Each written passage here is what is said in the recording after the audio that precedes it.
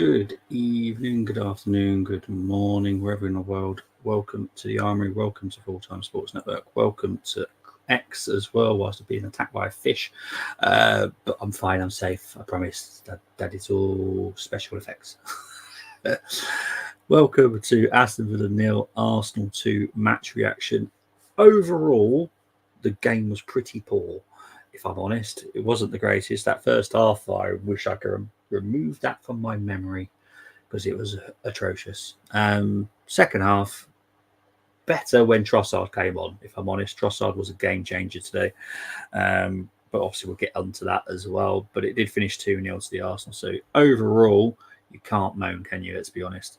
And this is perfect.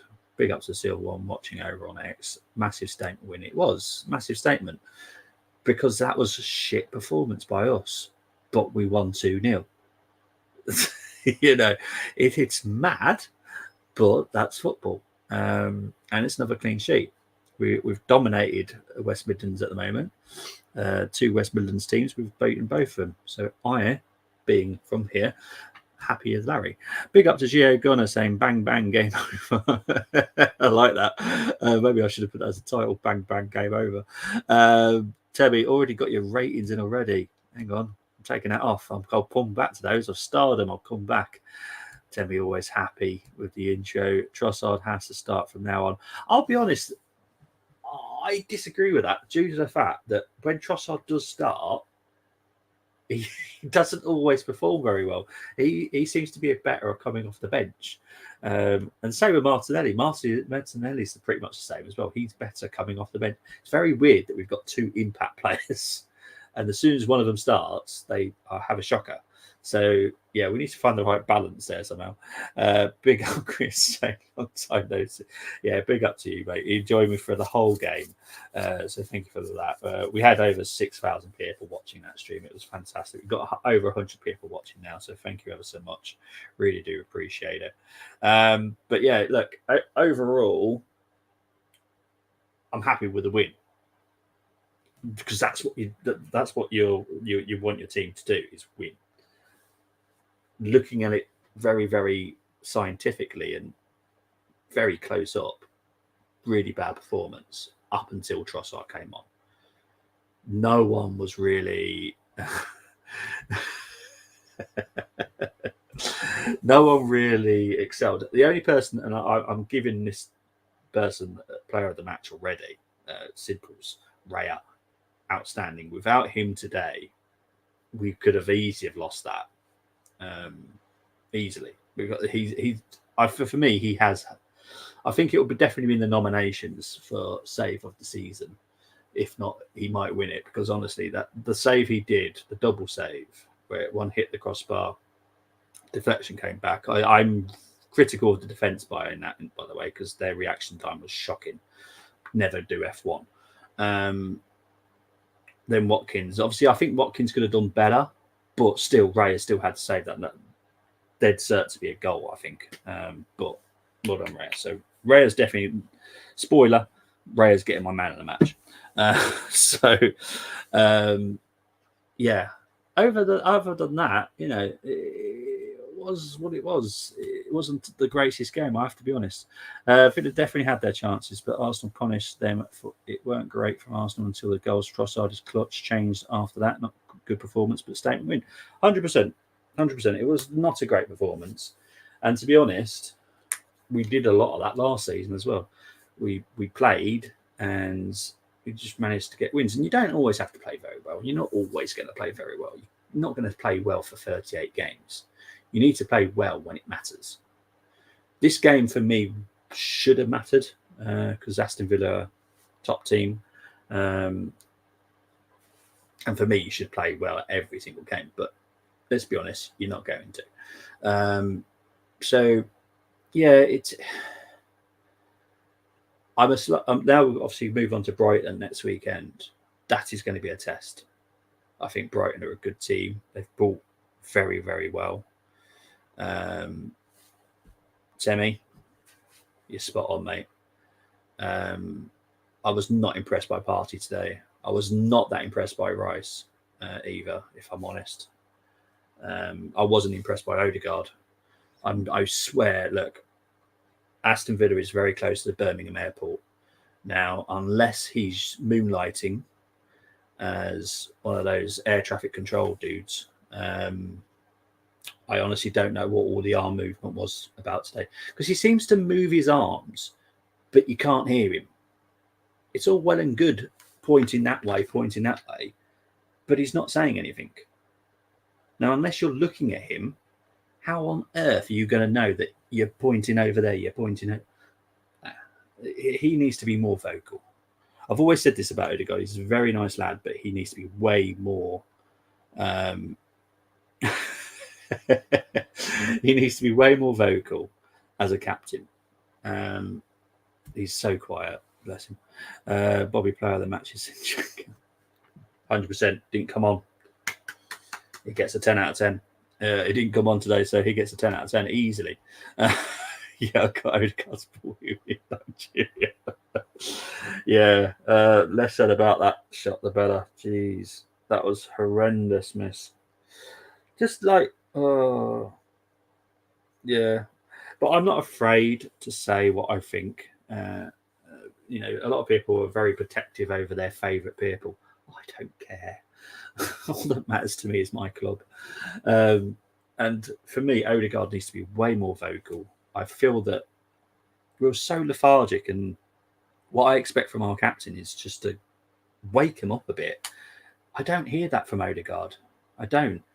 It was a clash in the was it the first half? I think it was the first half or early in the second half.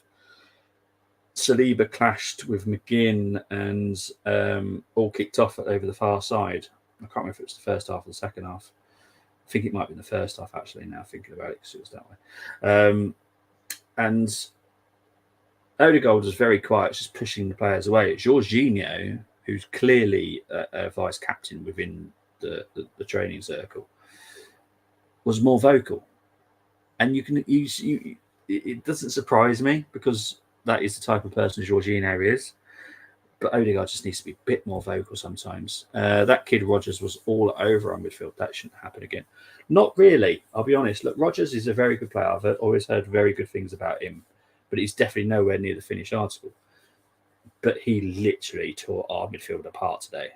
All over. I think looking at the data stuff that I get, Rodgers was Aston Villa's best player, and by far, easily. Was their best player. Tough game today, but all it matters 3 points. Yeah, I totally agree with that. All that matters is 3 points, but I will always be critical when I need to be. It's called constructive criticism. It's not. I think as Arsenal fans, you can't always go, "Oh, everything's perfect. Everything's perfect." Things are not perfect. We've got the 3 points. Great. Let's learn from the fuck ups today, because there were some, and make sure that doesn't happen again. Because there are going to be games where we're not that lucky. So as long as we don't make fuck ups, we don't get cocked up. Exactly. I have to be honest to myself. Everyone knows the way I am. What matters to me is Arsenal. That's all that matters. I don't care if my favourite player has a fantastic game, a poor game. If he's had a poor game, I'm going to rip him to shreds. And for me, Martinelli was poor today. I didn't rate him at all. I honestly do think if he carries on this way this season, I think he's gone. You'll see this week that someone's coming in that will definitely challenge the starters. And yeah, I think Martinelli definitely needs to worry about himself. Obviously, I think Trossard, obviously long term, isn't going to be with us forever, because he is of age now. I think we lack a little bit. Yeah, exactly. And I said this to G earlier. I think selling Fabio, well, not selling, but loaning out Fabio Vieira, Smith Rowe, we have lost a lot of creativity there, because if Odegaard's not doing it, who on earth else is? You didn't see Waneri today, did we? Now, he is a creative lad. Not going to. He's around the first team, but I think maybe today and I probably do agree with this actually. Arteta didn't need to bring him on because we weren't lacking that. But yeah, and I think that is someone we'll bring in this week, someone that is creative and someone that literally just goes, you know what, you lot are really annoying me today. I'm just going to take this ball and do it all myself. That is the type of player we will bring in this week, and that is the type of player that excites me. So yeah, wouldn't mind reliving a little of that, Roger. Well, I'll be honest, I don't think you've got any chance of that. Let's have a look, see how much he would cost. Probably a lot. Yeah, it cost. He's 22. I don't know if I can find his contract. No, I have to go on to a different network.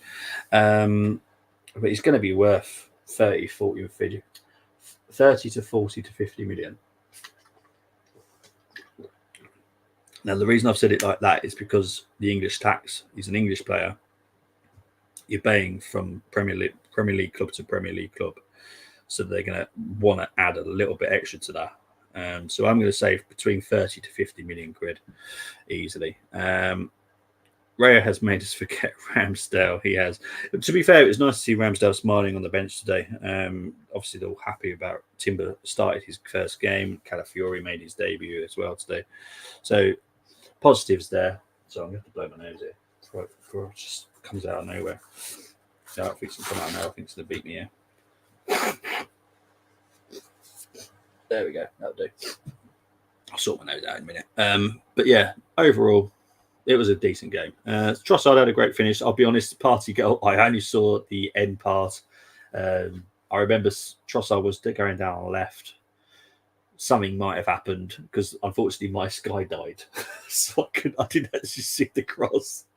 All I remember seeing is Saka passed it back and it went to Partey, and then Partey had a great shot. Martinez should have done better, but I don't really care now. No way Rodgers can't be in our starting mode. 11 Hitch. Yeah, no. I think you'll see this week who we bring in. I think it will excite some. I don't think it'll be everyone's cup of tea, if I'm honest, but got to wait and see. But big up to Arsenal. Literally watching Arsenal. Love it. Right, let's get into the stats anyway, because I want to try and wrap this up as quick as possible, because I have done the watch long. Right, so possession-wise, 39% for Aston Villa, 61 for Arsenal, 11 shots for Aston Villa, 9 shots for Arsenal, 3 shots on target for Aston Villa, and 4 for Arsenal. Just a 1 corner for us today. 4 for Aston Villa. Final third phase passing accuracy. Now, this is very important for the style of play that we play. So obviously we like to play possession football and dominate in the final third when we can to break them down. So 82% is very good, 73% for Aston Villa. XG, for all those people that love XG, I know how much everyone does. 1.35 for Aston Villa and 1.13 for Arsenal. But that makes total sense. It really does. Because if you think of the Raya save, that's guaranteed like a 0.98 in terms of XG, easily 0.98. So yeah, that would make sense. Right, let's start with the starting lineup that we went with. I think everyone would have been quite happy with this. I definitely was. Didn't have to see Zinchenko, so no offense in it, but you're not left back. Raya, White, Saliba, Gabriel, Timber, Partey, Rice, Odegaard, Saka, Martinelli, Havertz. So we're going to start doing the ratings. Temi, obviously, I know you've put yours in. Anyone else that's watching, if you want to put your ratings down, please do, and I will go through them once I've done my ones. Just need to get back to, I have got my scores on here. Right, we're going to start with Raya. Easily an 8. Outstanding saves. Did absolutely nothing wrong. So he easily gets an 8. White, 7. Yeah. So yeah, just about got. It wasn't one of his best days. There's a lot of. Yeah, it just wasn't one of the best, but it was decent enough. So he gets a 7. Saliba gets an 8. For me, didn't happen very often last season, but Saliba for me was the better out of the 2 centre backs. So Saliba gets an 8 for me. Gabriel gets a 7. less spoke about what happened in the first half, the better. But that was stupid decision making by Gabriel, nearly cost us. So he gets a 7. Timber gets a 7. I thought he did very well. He's very competent, and he's just got that little bit of oomph sometimes. Odegaard 7. Maybe he's applying for a job at Birmingham Airport. I don't know. I don't know what this arm stuff is to do today, but really frustrated me. Thomas Partey gets a 7. I think to be honest, all three of them gets a 7. So I'm going to stick with Declan as a 7 as well. None of them were amazing. They weren't shockingly poor, but they definitely weren't brilliant today. Move on to Saka.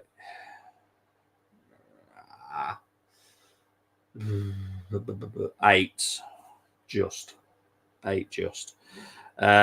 Martinelli.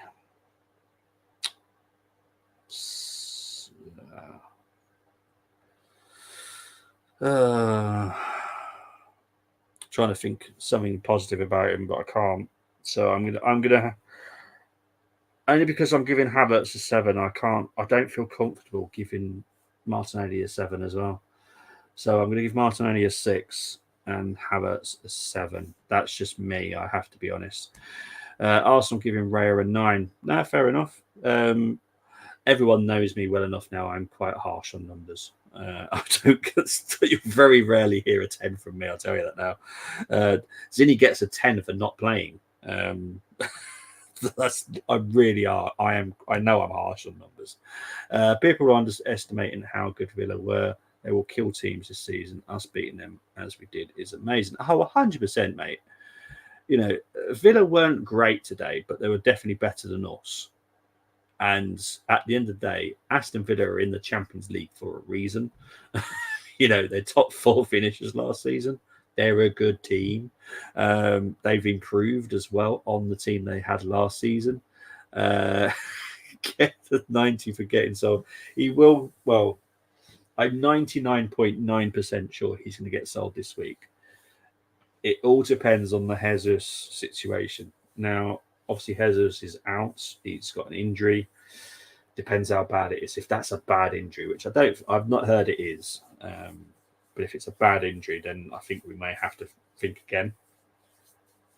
But yeah,